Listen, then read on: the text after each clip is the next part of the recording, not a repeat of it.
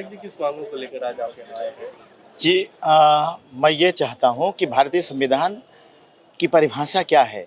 मैं डीएम महोदय को, डीएम साहब को, जिलाधिकारी महोदय को इसके पहले भी पर्चा भरने के पहले ही, जब मैं सिर्फ 5 मिनट लेट हुआ था, मुझे अरेस्ट किया गया था और फिर उसके बाद हमको जेल में भी भेज दिया गया था और मैं जब 2 घंटे बाद जमानत लेके मैं रिहा हुआ था, तो मैं माननीय कृपाशंकर सिंह जी जो भारतीय जनता पार्टी के उम्मीदवार हैं, हम जहाँ हम रहते हैं वहाँ पे उनके साथ में फुटर बजा के 15-15 पुलिस चलते हैं और मैं भी उम्मीदवार हूँ, मैं भी कैंडिडेट हूँ, मैं भी समाज विकास क्रांति पार्टी का राष्ट्रीय अध्यक्ष हूँ। क्या वो नंबर हमारा खोखला है? क्या वो मेरा नंबर डुप्लीकेट है? क्या मैं कैंडिडेट का जो मेरा पर्चा पास हुआ है उम्मीदवार का, क्या वो सही पर्चा नहीं है? अगर मैं पर्चा पास हुआ है तो उनके साथ जो व्यवहार हो रहा है, उनके साथ जो 15 पुलिस चल रही है, हमारे साथ एक भी पुलिस क्यों नहीं है? क्या हमारी जान को खतरा नहीं है? क्या मैं उम्मीदवार नहीं है? क्या भारतीय संविधान ये कहता है यही निष्पक्ष चुनाव है?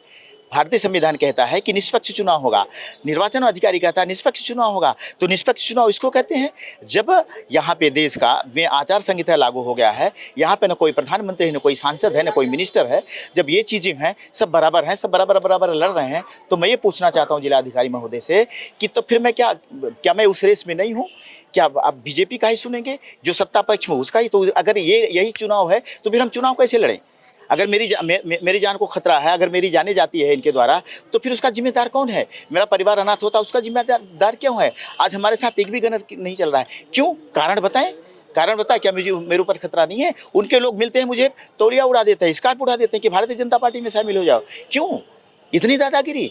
इस तरह से चुनाव होता है क्या? मेरे लिए कोई उनके लिए कोई आदेश नहीं है, उनके लिए कोई आचार संहिता नहीं है। शपथ तो डीएम महोदय ने भी खाया है ये निष्पक्ष चुनाव के लिए। शपथ तो हमको भी खिलाया गया है कि हम अगर सांसद बनेंगे तो देश को निष्पक्ष के रूप में देखेंगे।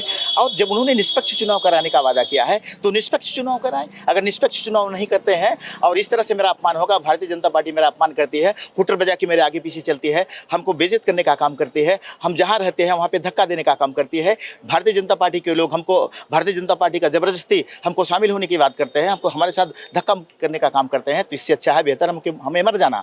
तो इसलिए हम यहाँ पे, अगर डीएम साहब मेरे अनुरोध को नहीं सुनते हैं तो मैं यहीं आत्महत्या कर दूंगा, यहीं अपनी जान को दूंगा। लेकिन दूसरा सोचिंग फिर पैदा होगा, समाज विकास क्रांति पार्टी का मेरे मरने के बाद दूसरा कैंडिडेट आएगा, उतरेगा और मैदान में आएगा।